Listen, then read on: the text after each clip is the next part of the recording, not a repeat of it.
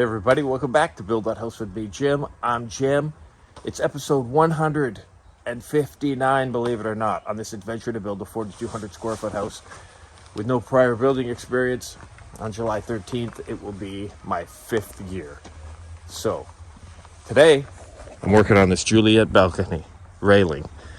And this is an inexpensive welding unit that is available locally at a popular Canadian chain called Canadian Tire. There's a spool of wire that feeds down this and out of the tip. So when you pull the trigger, not only does it feed the wire, it conducts whatever it conducts to make the welding action happen. And I'm not doing too bad for a beginner. It's not really that difficult, to be honest with you. And I have now welded the frame together. I'm going to carry on with putting these inexpensive spindles that I have thought up, which is just rebar. Saved a lot of money just by using basic rebar instead of a round or square metal material. Let's go.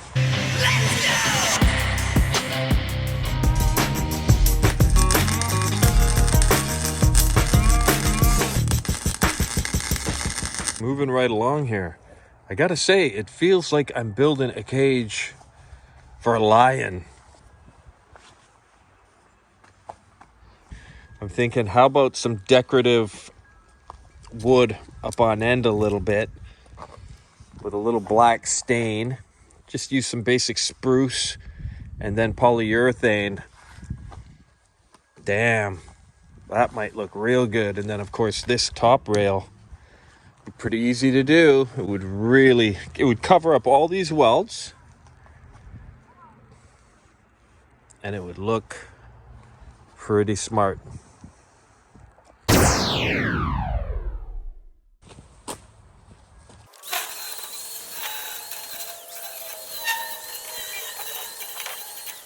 Don't ask me how I'm going to move this. It's pretty darn heavy, but I believe I have the technology or the muscle, or technology and muscle together. I think that'll work. Yeah. So this is what it looks like from the other side flipped over, and it looks really good. It's like a frame, and you can see my cuts here. Not bad. I'll probably fill this and grind it and clean it up. This is what grinding does to your gloves. It melts them. All the little sparks wreck your gloves, but that's okay. That's why I have gloves. Yeah. All right. So these cuts I made pretty damn good. Remember, it's not wood, it's metal, so it's a bit less forgiving, you could say. So this is what you'll see when you're standing in the office or the living room. And then on the other side, I'll have those strips of wood. So I have to fasten the mounts this direction and then have like a plate or something. I'm still working on that idea. Trying to figure out what's going to be the strongest method as well. But we'll keep working on the ideas here and see what I come up with. There she's painted. The rebar looks more decorative when it's painted. All right, I just prepped up one of the pieces. I'm going to give that the old black stain treatment and polyurethane. I think it'll just set it off, complement the door. It'll be the same as the front door. All right, here we are in the darkness of my basement, and I look forward to having more lighting in the basement. All I have is this work light. But anyway, these are the decorative pieces of wood that I'm going to add to the metal railing for the sliding glass doors out front. Going to apply some stain now. And this wood is so soft that I know what's going to happen. When I apply this black stain, it's going to reveal a bunch of abrasions. I can actually see them even before I begin. So I did pick out some wood with some nice grain to it. This will really pop with this black stain. All right, there we go. I don't know about you guys, but the way that black stain hits the spruce, don't forget, this is common construction 2x4 building material. Now I picked the pieces specifically at the lumberyard knowing that that's the effect I wanted. But I'm just really in love with that feathering. Engineering time. Get the gate here. 1, 2, then up on these brackets. And let's see if I can get up there by myself. This is the way I have to do things. Alone. I'm used to it. It's okay. As long as nothing gets damaged. All right, I manhandled it up there so far. And get it on those brackets and screw it into place. All right. It looks pretty good like that. But the way I've got it bolted on there, it's not regulation height. So I'm gonna add the top railing. You never know what things are gonna look like until you assemble it. And I quite like this, but it's too low. It's only 41 inches. Regulation height is 42 rather. So I have no choice but to put it on. So I'm hoping that it looks okay. People say, why, Jim? Why do it so nice if it's temporary? When I was growing up, we had plywood floors for years. My neighbor had plywood floors for years. No deck. It happens, man. It takes time. All right, there it is in its completed state. Now I'm just prepping up to do the next one here. And let's hope that I can do the same thing again without incident. This is good. I don't mind this. All right, folks, it's glue talk time with Jim. These are both construction adhesives. One says 3 times strength, one time says 8 times strength. This is about 50% more in cost. This is denser, thicker, and this is thinner. This works really, really good for most things. This stuff is crazy. If you wanted to glue something together and never have it fall apart, I highly suggest this. So there you go, glue talk. All right, that buttons up that project. I started that Wednesday morning last week and finished up this afternoon. It's also Wednesday today, so 7 days on and off working on it. About 40 hours into it. Done. Okay, so this is what the railing looks like from the inside.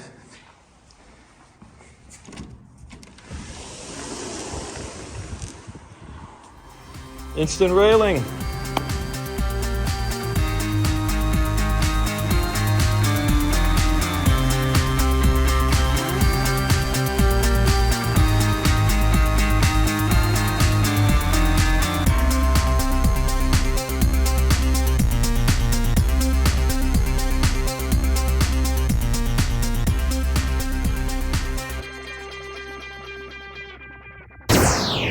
It hasn't rained for 6 or 7 weeks here, which is bizarre and alarming. However, when you're building a house, it's not your friend. Anyway, it's just crazy. So just delays big time. However, getting this sorted out and resolved is a major, like I seriously couldn't even sleep with those stairs being so steep. And now for the rest of my life, I can walk comfortably down big 14-inch treads.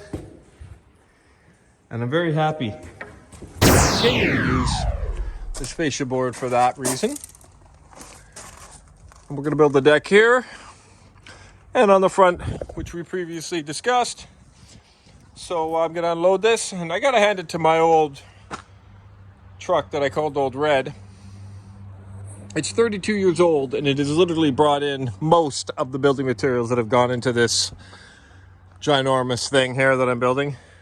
But I'm starting to get the hang of moving long material, and you kind of take one of those ratchet straps and you wrap it and then ratchet it down, and basically it holds it from sliding in. And I used one big thick heavy ratchet strap. I also took duct tape and wrapped all three together so that there's no shifting I just like to be as cautious as I possibly can.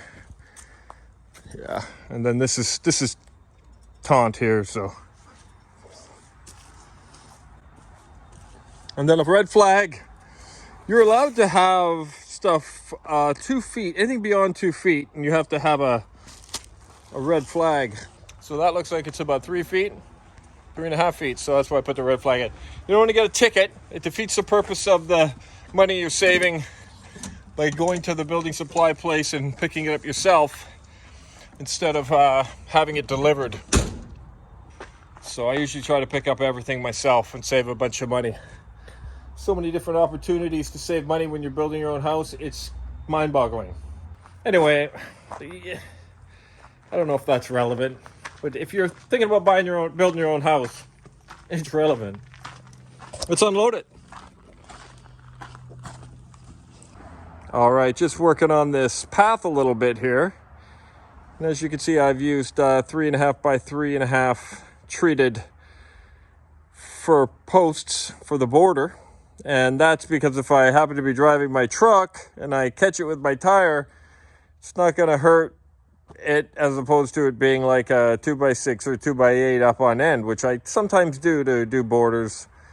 Yeah, got to jump on it, and I think I'm going to step off this. This is extremely hard dirt here. This is like digging in concrete, really. But we'll catch it in the next few days and extend it up, connect it up to here, and there'll be aggregate in there. Put the landscape fabric in, make sure that I'm not going to have to deal with weeds in the next 5 to 7 years. And there's still plenty of room for me to drive here.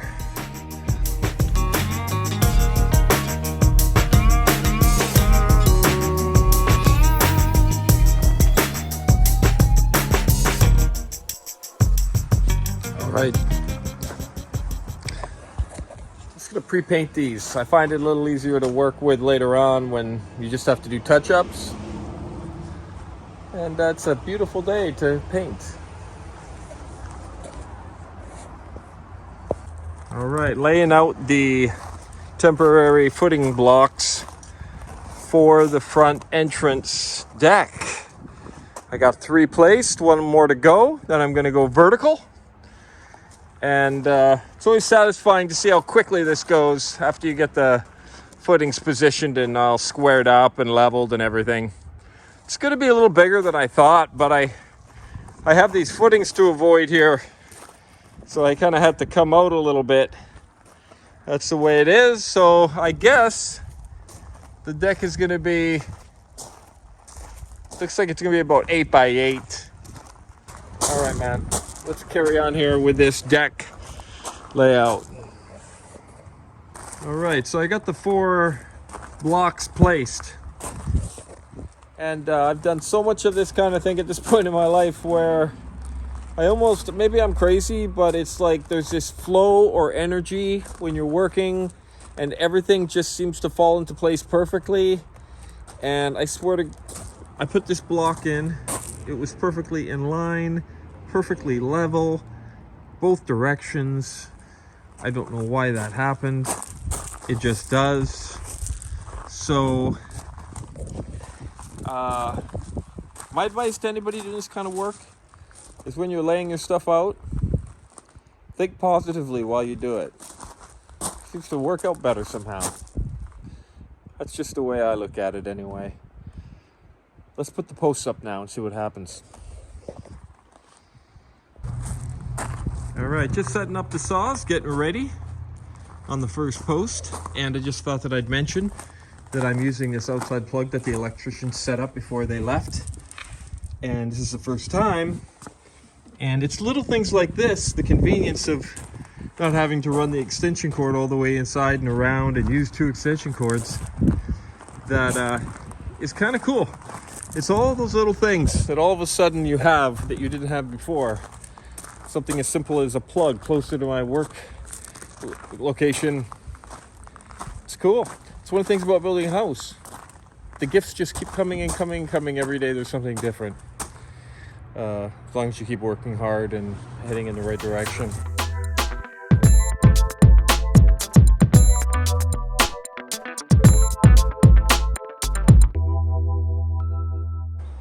Okay, day 2 of temporary deck construction,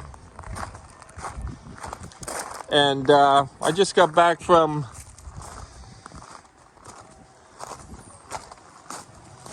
the old building materials place. Got a whack of treated 2x8s, 8 feet, 10 feet. And weirdly enough, you can't buy fir for construction, but you get fir when buying treated material, which fir is such a beautiful wood. It's heavier, the whole thing. But I just find it interesting that they use fir for the treated and then spruce for construction material. I don't know what to say about that. But anyway, that's the way it is. And I don't know much about the treating procedure, except that there's big tanks of this preservative that they have. And obviously whether they put a dye in the preservative to make it brown or kind of orangey or not is, I don't know. But I do like that color. It's a nice color. But I don't know how deep it goes into the wood, if it's just on the surface or if it saturates the whole thing. I know very little about it. But there it is, folks. I'm going to get started laying out the actual deck right now. All right, that's the completion of day 2. And I didn't realize it's so high that you could see the shiny hangers and the wood, so I just threw a quick coat of black on there. When you're driving up the driveway, it's gonna get fun now, folks. It's gonna get fun. I'm gonna pull all these treads off. I'm gonna cut this thing in half, so it'll be a lot lighter to move. I may have to build up that fascia board, add another 3 or 4 inches to accommodate this step. It was an oversight on my behalf. I might make some more of those rebar type railings to go on the sides, and then do an adaptation to this and do the up rail, or the upright for the rails. So 2 days on that. Believe it or not, that took 2 days. Yeah, I'm slow. But everything is quite correct about the way it is, so I won't have to rebuild it. All right, we'll see what the next day brings. All right, wrapping it up for the night. And yeah, the wood, or the black wood edge, kind of gives it a nice frame. Glad I did that and didn't just overhang the boards. I don't know if this is fancy enough for a modern new house, if you could get away with this kind of decking, but probably not. Most of the time they do vinyl and aluminum railings, and the price goes up, up, up, up, up, up, up. But if you got a little rustic in you, this kind of deck might just suit you fine. All right, there it is, the 3rd day, and that's what I got done. It's pretty darn slow, but it's the way it is. It's the way I roll. I want it done right, and I believe it is right. So anyway, this will be the end of this episode, guys. 158 is concluded. Come back for 159. I'm going to be doing more metal work for the railings. I'm going to be dissecting this hand-me-down metal staircase that a buddy gave me, and we'll delve into that. So don't hesitate. And if you're still watching at this point, what can I say? Love it. Thanks for being here. Jim out.